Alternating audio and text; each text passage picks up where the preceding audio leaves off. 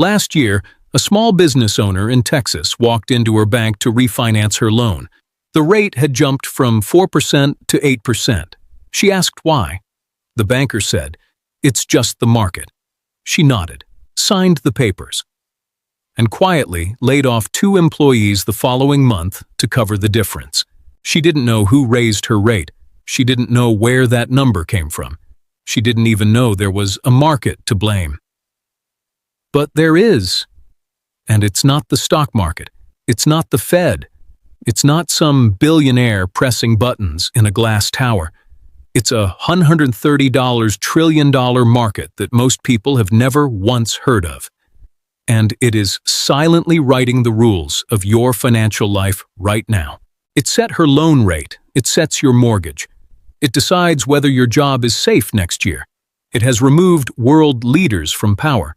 It collapsed a major bank in 48 hours. And in 2022, it quietly destroyed decades of retirement savings from people who thought they were being careful. This is the bond market. And by the end of this video, you'll understand it better than 95% of adults alive today. That's not a flex. It's a sad comment on what nobody bothered to teach us. Let's fix that. Forget everything complicated. Start here. Governments and companies constantly need money, more than banks will give them. So they go directly to the public and say, "Lend us money, we'll pay you back with interest." That promise, written on paper, is a bond. You hand over $1,000. They pay you $40 every year for 10 years. Then return your $1,000 at the end. Simple, boring, safe, or so you think. Here's where it gets dangerous. What happens after you buy that bond? If interest rates rise, new bonds now pay $70 a year on the same $1,000. Your bond still pays $40. It didn't change. The world changed around it. Now try selling yours. Walk up to any investor. "Hey, want this bond paying $40 a year?" They'll say, "Why?" "The new ones pay $70. The only way you sell is by cutting the price. You drop it until that fixed $40 feels competitive to whoever buys it cheap. You just lost money."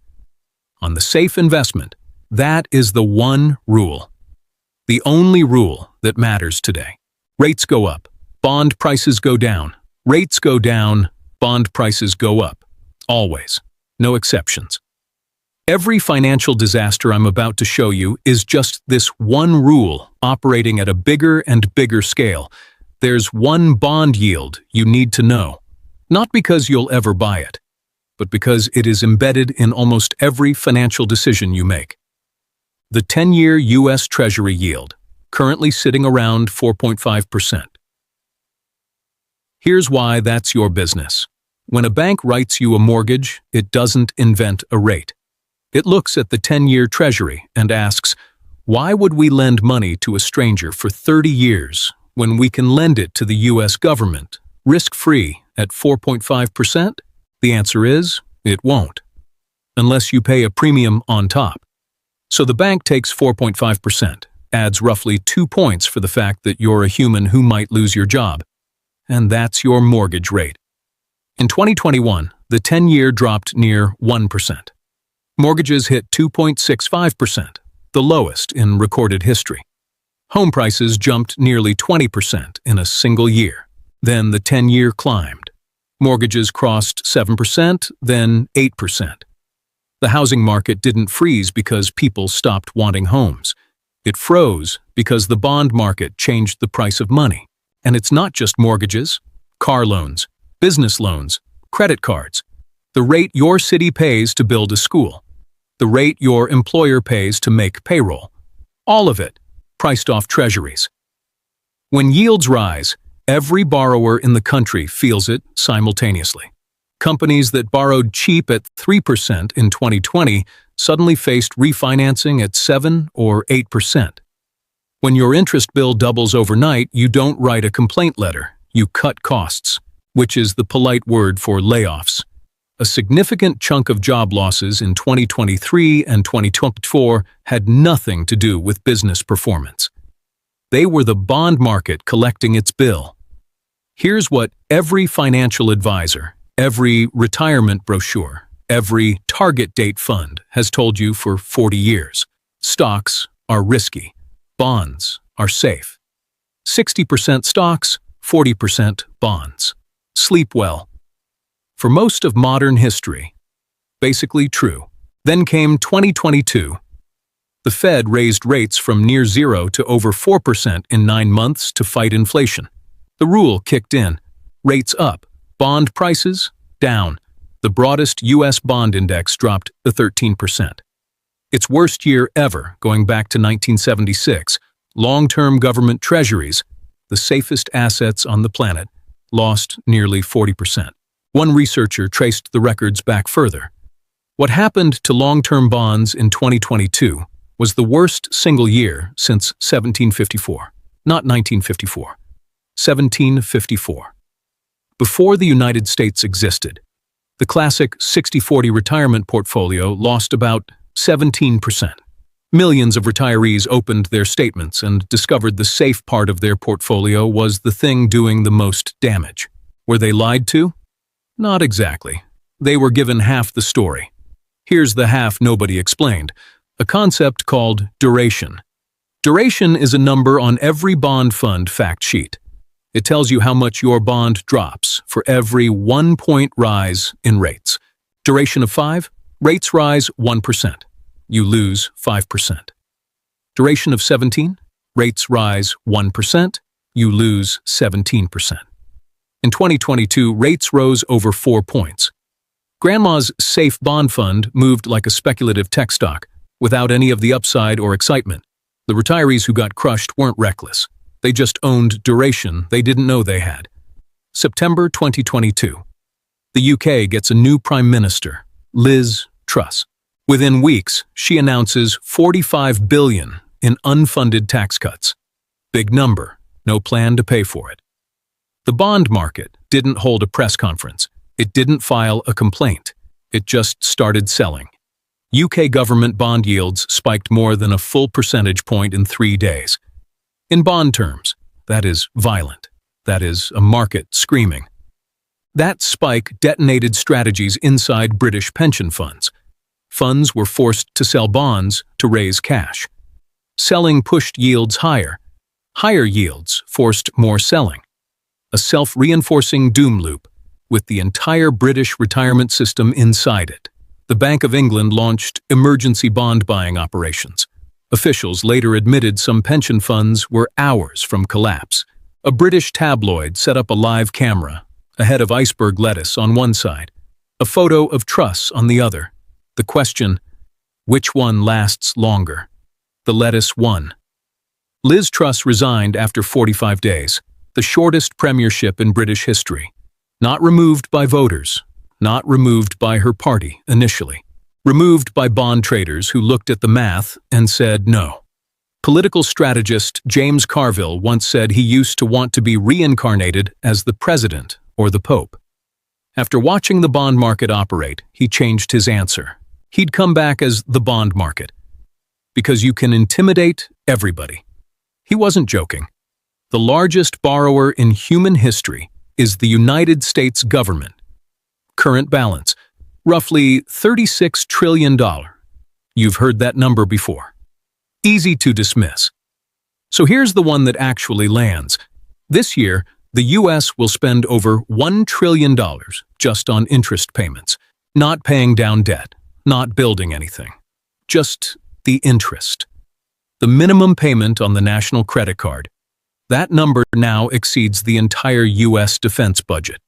The country that outspends every other military on Earth combined now spends more on debt interest than on its own defense.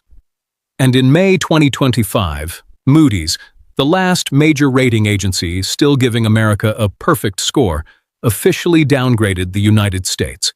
For the first time in over a century, the U.S. holds no perfect credit rating anywhere. Foreign investors noticed long before Moody's did.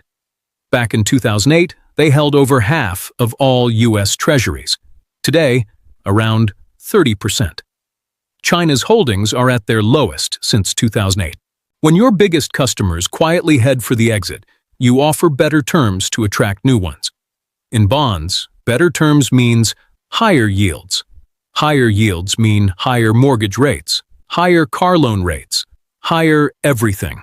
The government's credit problem becomes your interest rate problem. Directly, automatically. We got a live demonstration in April 2025.